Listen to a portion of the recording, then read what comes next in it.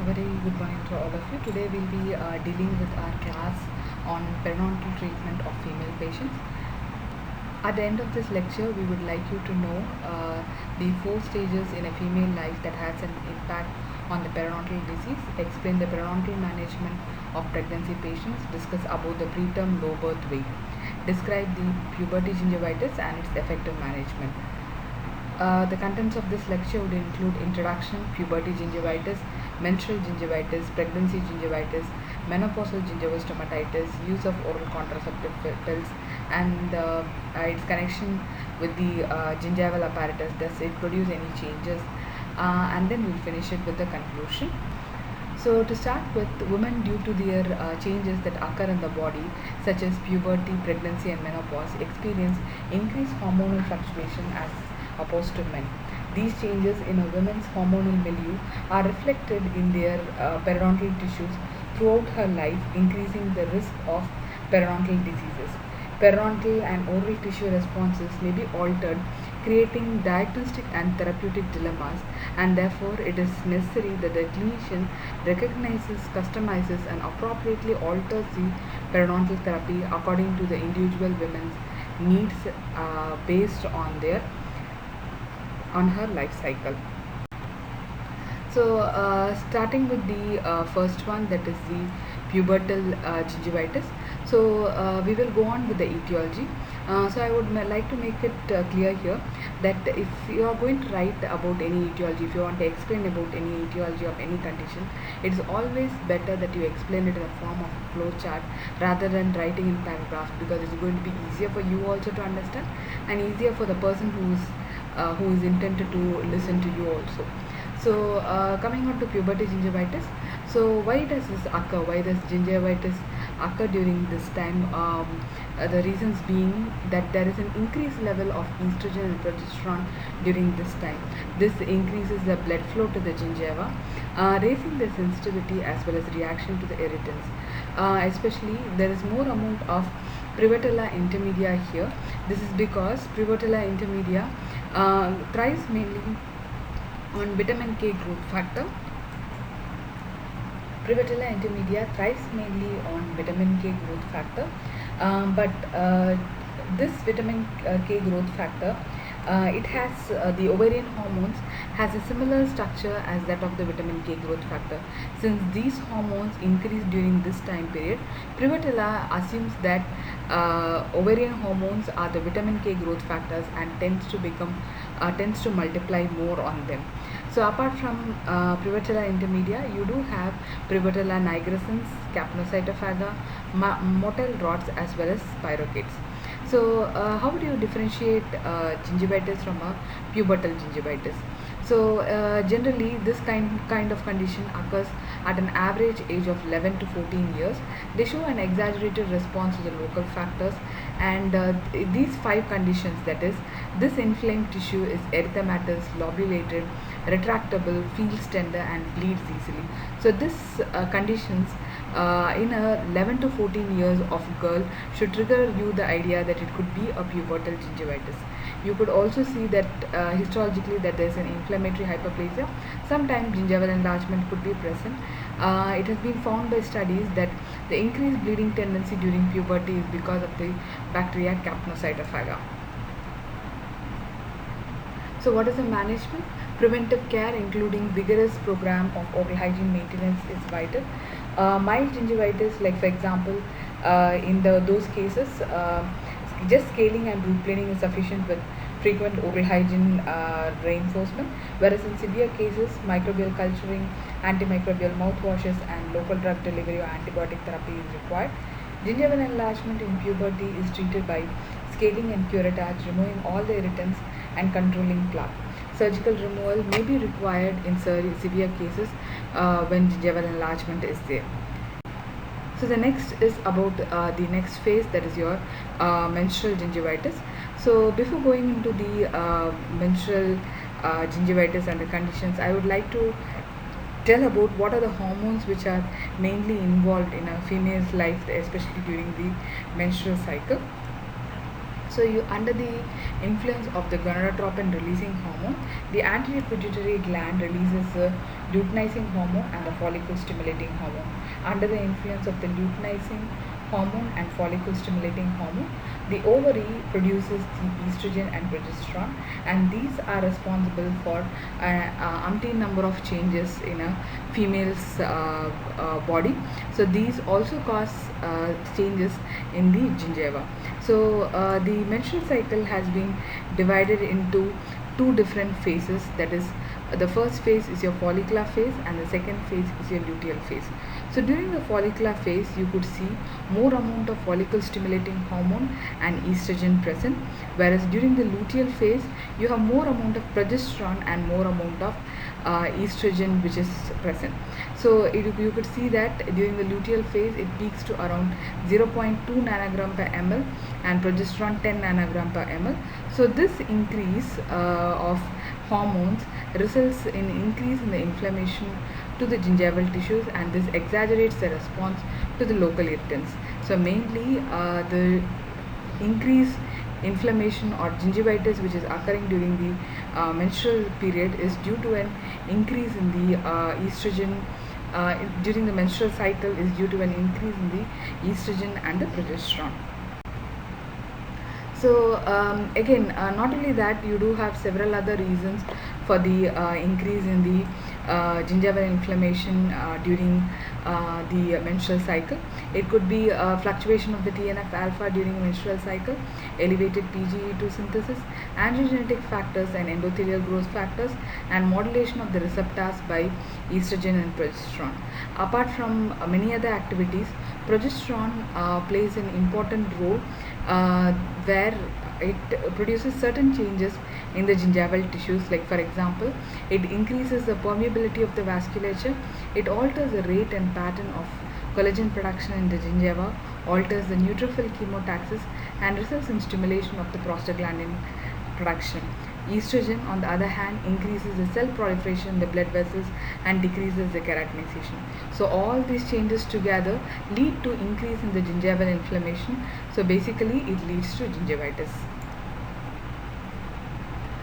Coming on to the clinical manifestations, so this is seen as gingival bleeding, redness or swelling of the gingiva, and you could have sores on the inside of the lip and the cheek, burning sensation, and increase of gingival exudate. So there is another syndrome called as premenstrual syndrome, which occurs just before the ovulation period, when there is an just before the menstrual cycle, 10 days before it, where the patients are more sensitive, less tolerant of procedures, and have a heightened gag reflex.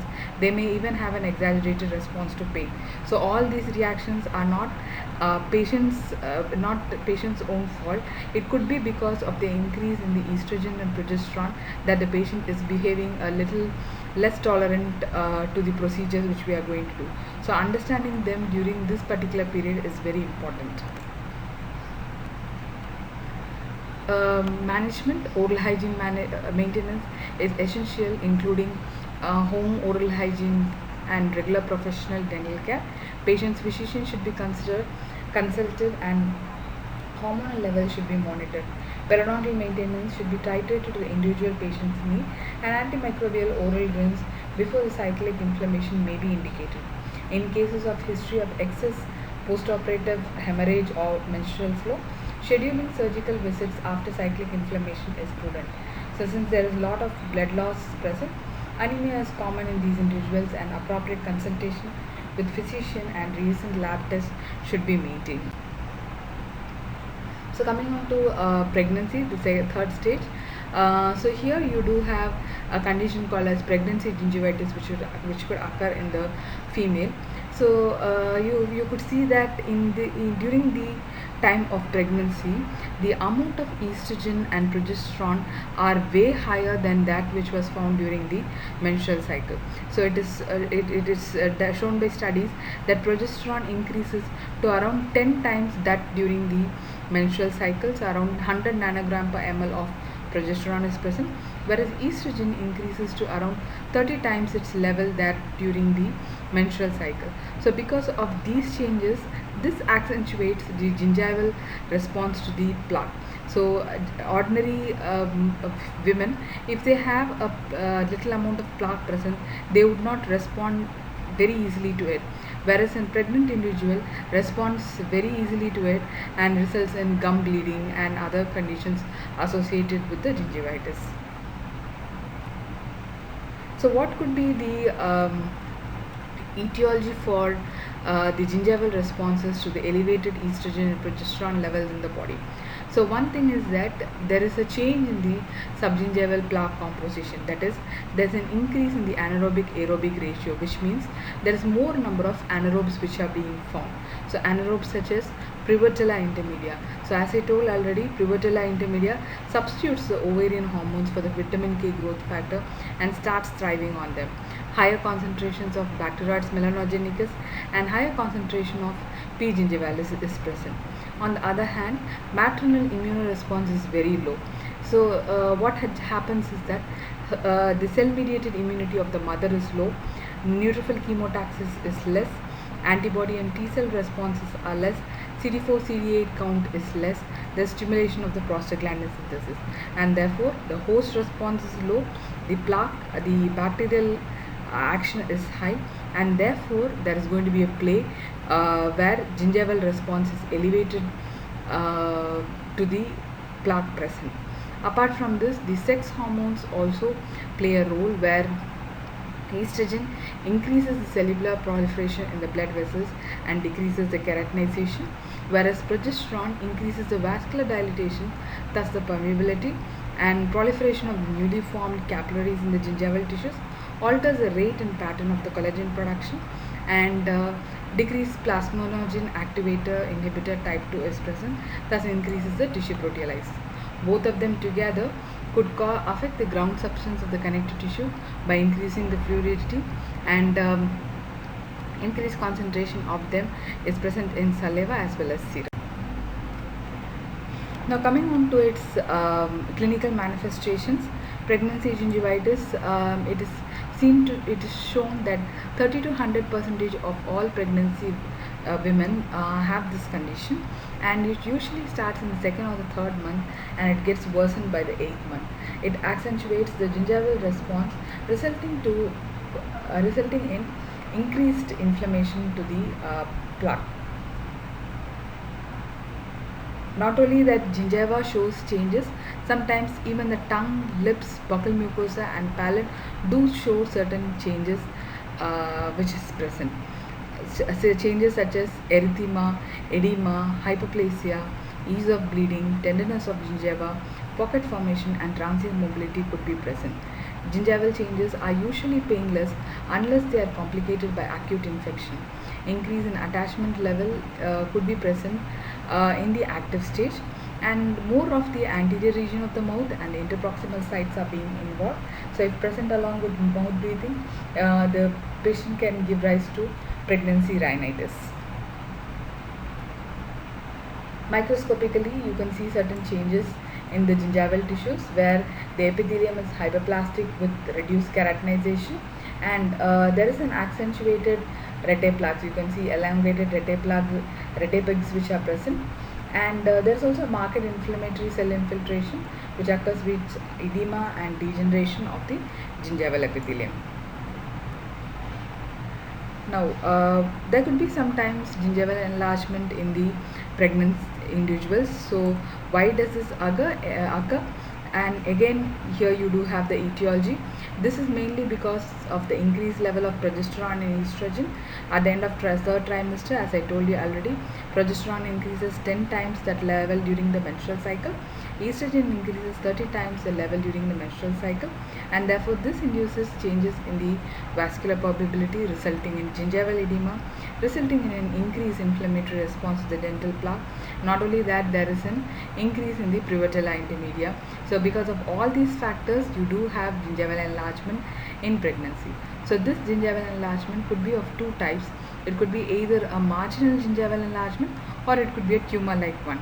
So marginal gingival enlargement, as you can see in the picture, is more prominent interproximally, bright red in color, magenta or magenta color. Bleeding occurs spontaneously or even on slight provocation, whereas tumor-like enlargement is also known as pregnancy upillis or the pregnancy granuloma. This is a discrete mushroom-like flattened spherical mass that protrudes from the interproximal area. This could be either sessile as shown in the picture like this, or it could be either pedunculatum. It is generally dusky red or magenta. It has a smooth glistening surface that often exhibits numerous deep red pinpoint markings. Now, the next condition, that is periodontal disease and preterm low birth weight infants. So, Offenbacher, he had told that untreated periodontal diseases in pregnant women could be a risk factor for preterm low birth weight individuals. So what is preterm? That is, if an infant or infant fetus comes out within 37 weeks of gestation, below 37 weeks of gestation, then it is considered to be a preterm labor. If the infant is less than 2500 grams, then it's considered to be low birth weight. So you could ask me how periodontal disease results in or increases the risk for the preterm low birth weight individuals. So according to him, that is Offenbacher, he has told that there could be a biological plausibility of translocation of the periodontal pathogens through the blood to the amniotic fluid. Not only that, there could be effects of endotoxins, that is the lipopolysaccharides of the bacteria, and effect of inflammatory mediators, which results in inflammation, and therefore the complement pathway gets activated with the activation of the interleukin 8 and TNF alpha. This results in the production of the prostanoids. Prostanoids generally, their action is to increase the uterine contractions. So if this occurs early, then it results in preterm birth.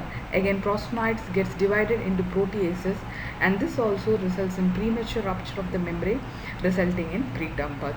So this is how he came to a conclusion that both of them have a connection. So not only that, he has also told that the bacterial byproducts could and the pro-inflammatory mediators could from the periodontal tissues could go into the hematogenous spread and enter the amniotic fluid and can be found in the amniotic fluid when tested.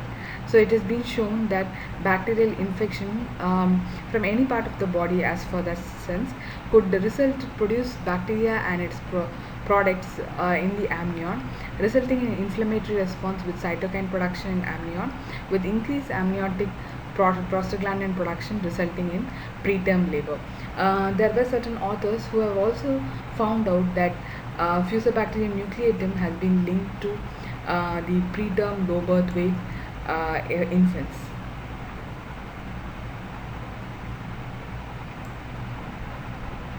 There was another author called Jeff Coate, where he had shown and proved that scaling and root planing in pregnant female reduced the incidence of preterm birth, and he had done a study on pregnant women where he had carried on the scaling and root planing during the second trimester and came to this conclusion.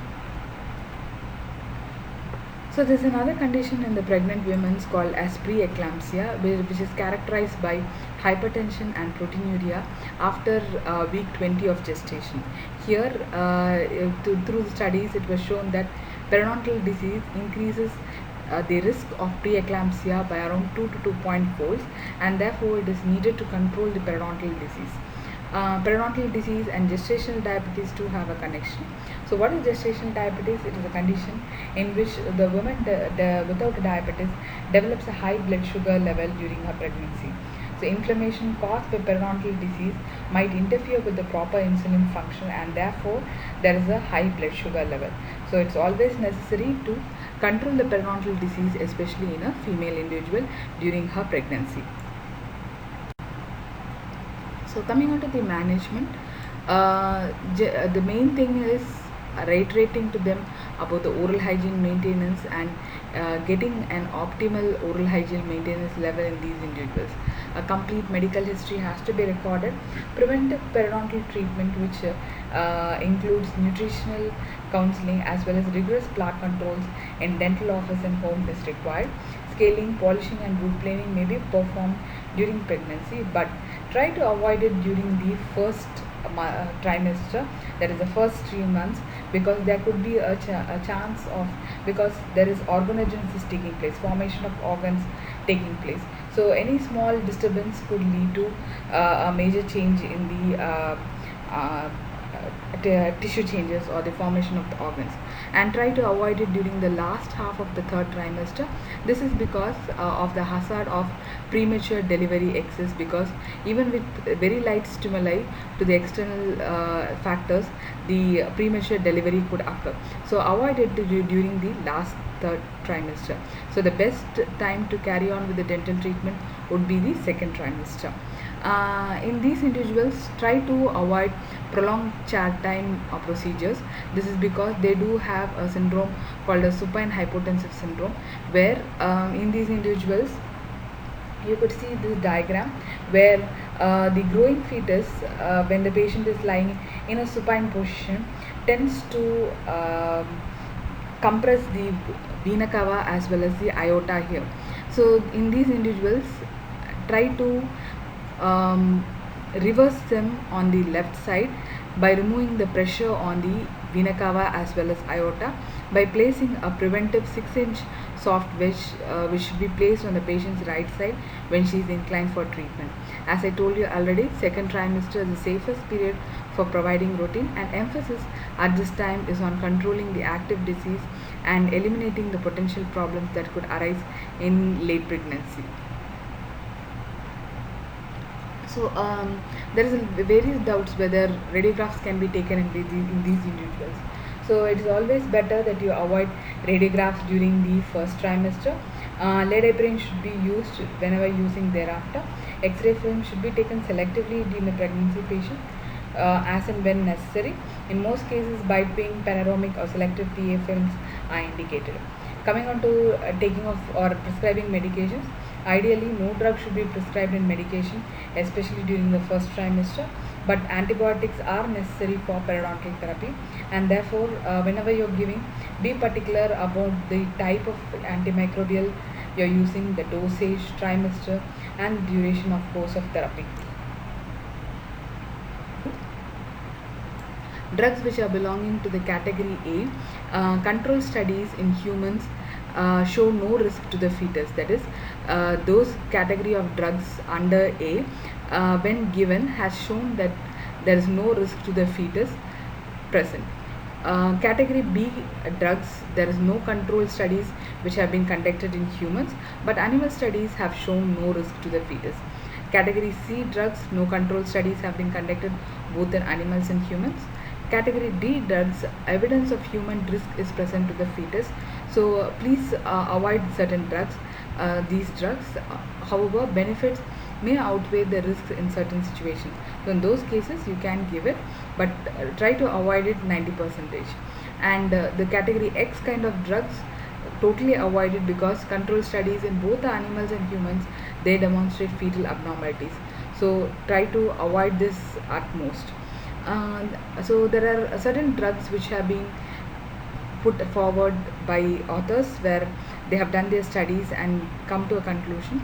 Antibiotic administration during pregnancy of penicillin, erythromycin and clindamycin is found to be very safe, and the drug tetracycline is found to have a D category, that is, there is more fetus risk present. The fetus risk is that there is depression of the bone growth, enamel hyperplasia and grey brown tooth discoloration, and therefore avoid this drug.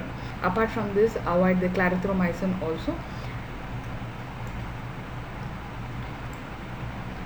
Local anesthesia which could be prescribed safe during the pregnancy is lidocaine. Please avoid long-acting local anesthesias like bupivacaine.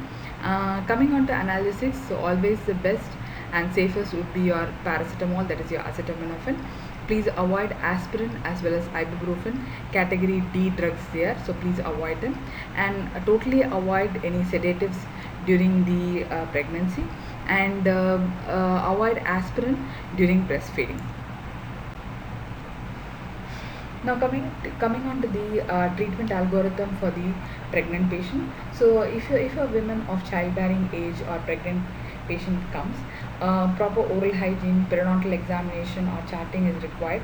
Review the effects of the female hormones on the periodontium, the possible effects of periodontal inflammation on the unborn fetus and periodontal maintenance, and categorize them into either they are periodontally stable pregnant patients or they are pregnant patients with inflammation. If they are periodontally stable pregnant patient, then it is safest to treat during the second trimester, like very minimal procedures like scaling and others, followed by periodontal maintenance. Avoid category C or D drugs. But if the patient is a pregnant patient with inflammation, consult their doctors, and then debridement is preferred in the second trimester. But if you need any further treatment, you can carry on for the patient, provided the benefit outweighs the risk, and avoid category C and D medications. Now coming on to the next phase in a woman's life, that is menopausal condition, and the condition associated along with it is a menopausal gingival stomatitis. So menopause is the cessation of the menstruation, and this occurs at around 40 to 45 to 50 years of age. Menopause is associated with symptoms of estrogen deficiency. During menopause, estrogen levels fall, while the follicle stimulating hormone and the luteinizing hormone levels raises. This fluctuation of hormones have been implicated as factors in inflammatory changes in gingival hypertrophy and atrophy. Estrogen affects the cell proliferation, differentiation, and keratinization of the gingival epithelium. So during menopause, it is seen that you will be having dry and shiny mucosa, thinning of the oral mucosa, burning mouth, pain, gingival recession, xerostomia, altered taste, and alveolar bone loss and ridge resorption. That is osteopenia as well as osteoporosis. Here osteopenia is a reduction in the bone mass caused by an imbalance between the bone resorption and the formation, favoring resorption and resulting in demineralization. Osteoporosis is a disease characterized by low bone mass and fragility and a consequent increase in fracture risk. So this in the oral cavity has been reflected as less mandibular and maxillary bone mineral density, tooth loss, alveolar ridge atrophy, and clinical periodontal attachment loss is present. So studies have shown that when hormone replacement therapy is done, that is when estrogen is being replaced for the loss of estrogen in these individuals, they showed that there was an increased alveolar bone mass associated with improved alveolar crustal height. Reduced clinical attachment loss or reduced periodontal inflammation has been seen when patients have been given estrogen as supplements or replacement. So coming on to the management, medical history should be reviewed. So coming on to the management, medical history should be reviewed. If gingival or mucosal thickening occurs, soft tissue augmentation may be performed. Brushing with an extra soft tissue is recommended, which may prevent scrubbing the thin gingiva. Dentifrices with minimal abrasives and rinses with low alcohol concentration are to be used.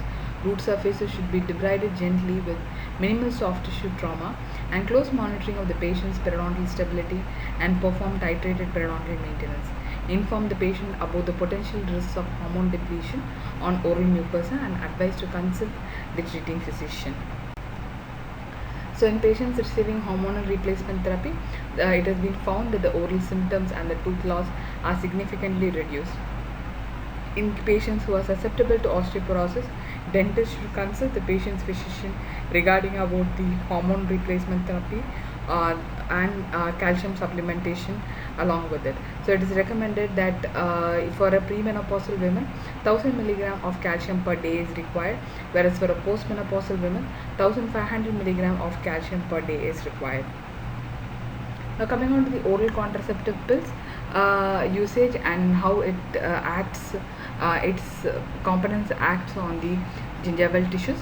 So it has been shown that oral contraceptive use mimics the hormonal levels of pregnancy, that is, it results in increased estrogen and progesterone formation. This prevents the LS surge and this prevents ovulation, and therefore there could be certain changes in the gingiva also occurring.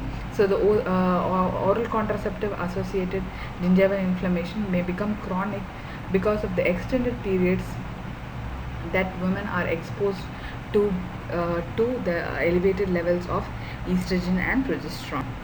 So you could see that there is an inflammation which is mild, where there is mild edema or erythema to severe inflammation, hemorrhagic or hyperplastic gingival tissues, and more X-ray is present.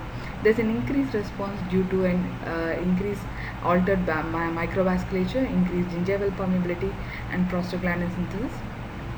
Here, there's an increase in the bacteroids due to the female sex organ substituting for naphthaquinone. Naphthaquinone is a requirement for the presence of bacteroids. Gingival melanosis is present, and change in salivary height composition and localized osteitis could be present. So always inform about the oral and the periodontal side effects of oral contraceptive to the patient, and the need for meticulous oral hygiene maintenance with periodontal maintenance. Establish an oral hygiene program and elimination of local predisposing factors. Periodontal surgery may be indicated if the resolution after initial therapy is inadequate.